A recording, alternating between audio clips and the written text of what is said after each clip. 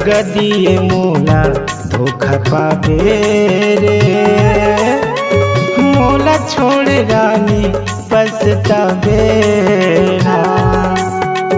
दगा दिए मोला धोखा पावे रे, मोला छोड़ गोरी पछतावे ना। मिल जाही तो लगत को दीवाना, मिल जाही तो लगत को दीवाना, फिर मोरे संग कहाँ पावे रे, कहाँ पावे ना। दगा दिए मोला धोखा पावे रे, मोला छोड़ रानी पछतावे ना। दगा दिए मोला धोखा पावे रे, मोला छोड़ गोरी पछतावे ना।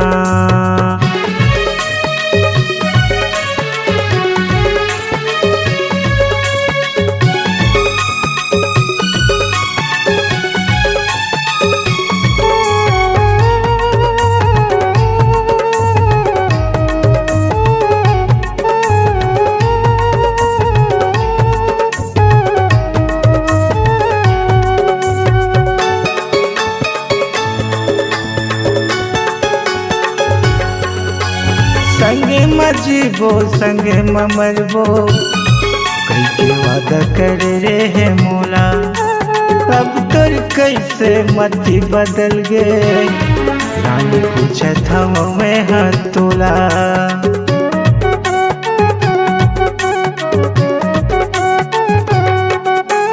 संगे मजीबो संगे मरबो कई के वादा कर रहे मोला, अब तोर कैसे मती बदल गए, ये पूछा था चूरी में तोला। हे जिंदगी के घमंड है तोला, कब का बेरा निकल जाए चोला, नहीं तो आए पूरा बोहावे रे, हे बोहावे ना। दगा दे है मोला धोखा पावे रे, मोला छोड़ गोरी पछतावे ना। दगा दे है मोला धोखा पावे रे, मोला छोड़ गोरी पछतावे ना।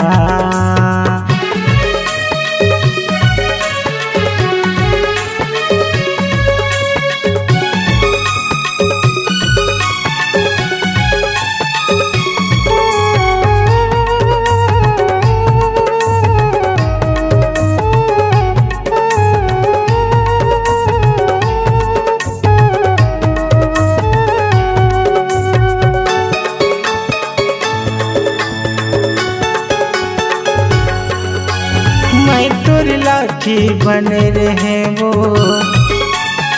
तो बने मोर सहारा, आखिर बात मान के गोरी ये मुरबा लगाए है सितारा।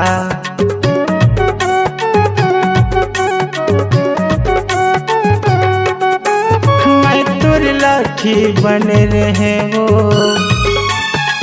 तो रहे मोर सहारा, आखिर बात मान के गोरी ये मुरबा लगाए है तारा।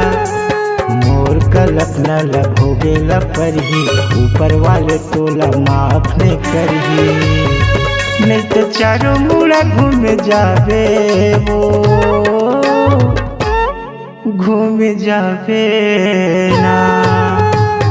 दगा दे है मोला धोखा पावे वो, मोला छोड़ गोरी पछतावे ना। दगा दे है मोला धोखा पावे वो, मोला छोड़ गोरी पछतावे ना। मिल जाही तो लगत को दीवाना, मिल जाही तो लगत को दीवाना, फिर मोरे सही कहाँ पावे रे,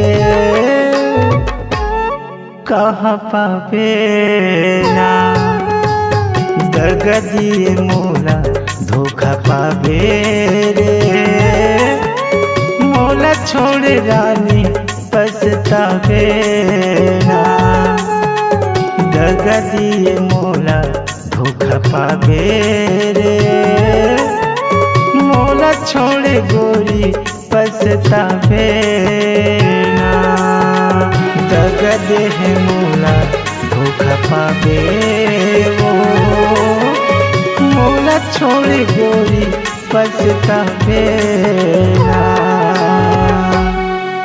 मोला छोड़ गोरी पछतावे ना। नमस्कार दोस्तों, नए नए छत्तीसगढ़ी गाने सुनने और देखने के लिए हमारे दीप म्यूजिक चैनल को अभी सब्सक्राइब करें और बेल आइकॉन के बटन को क्लिक करें।